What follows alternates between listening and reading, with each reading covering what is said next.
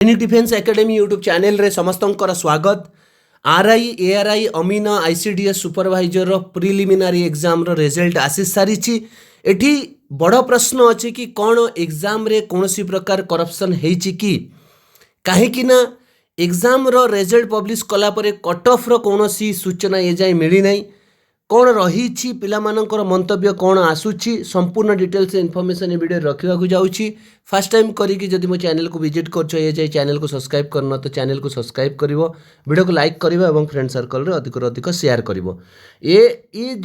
जो रिजल्ट आसी यार सबकि पढ़ी समस्त ऑलमोस्ट जानी सारी केवल मेन मेन पॉइंट उपर कथा हवा। एबे तुम देखिपार ये जो रिजल्ट पब्लिश करटा जो माने एग्जामिनेशन देइथिले तांकर डिस्ट्रिक्ट वाइज रिजल्ट पब्लिश करा जाइछि। प्रिलिमिनारी एग्जाम रो रिजल्ट पब्लिश होइछि आउ मेंस एग्जाम पई एमानं को अप्रूव कर दिया जाइछि।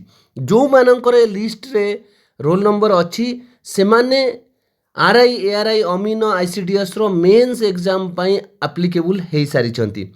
एठी प्रश्न बड़ आसुछि। बहुत पिला काली रिजल्ट आसिला परे मते लगातार मैसेज भी करतुले कहते कि सर कौन एथिरे कौनसी प्रकार करप्शन हेची कि कहीं ना प्राय क्षेत्र में जिते कौनसी ओडिशा गवर्नमेंट रो इंटरव्यू कंडक्ट होउची तार रिजल्ट आसुची परवर्ती क्षेत्र में किछि ना किछि करप्शन रो ना गंध सुनिबा को मिलुची किंबा तार फड़ाफड़ भी मध्य रिजल्ट रूप में भी करप्शन हेची बोल दिसुची।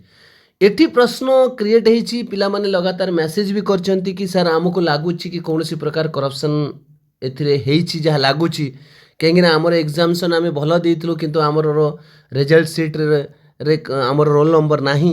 तो एबे यहाँ को नहीं कि मु कौनसी मंतव्य दे पारिबी नाही कहीं ना जेबे पर्यंत करप्शन हेइछि बोली यार सत्यता बा यार प्रमाण सामना को न आसुची से जाए कहवा उचित हेनी। बट मो नॉलेज अनुजाई मुझे कहबी कि जो भली भाव में एसआई करप्शन को नहीं कि हड़ताल चली प्रति 4 दिन 5 दिन 7 दिन किसी ना किसी एसआई करप्टेड लिंक थिबा करप्शन रे लिंक थिबा लोक मानन को उठा जाउची जेल पठा जाउची। तो ताकू जदि आमे नजर पकेबा तो मते लागू नहीं कि आरआई एआरआई अमीन आईसीडीएस ये सब जो रिजल्ट आसीची एथिरे कोनोसी प्रकार करप्शन हेतिबा कहीं ना एसआई केस को नहीं कि प्राय समस्ते भयभीत होती आउ समस्ते अंडरग्राउंड हो जाइछंती।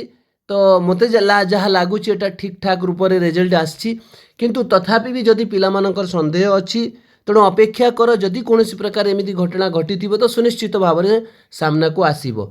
तेणु जो माने प्रिलिमिनारी एग्जाम क्लियर करछंती मेंस एग्जाम पई अप्रूव होइछंती सेमानंकु अनेक अनेक धन्यवाद शुभेच्छा आउ भगवान पाखरे प्रार्थना करुच्ची कि से माने मेंस एग्जाम रे भला करंतु एवं आगामी समय जो स्वप्न देखुचंती गोटे जॉब नबार से जॉब नियंतु। ये थिला अपडेट आज मैं एतिकी रहिली। जय हिंद जय भारत।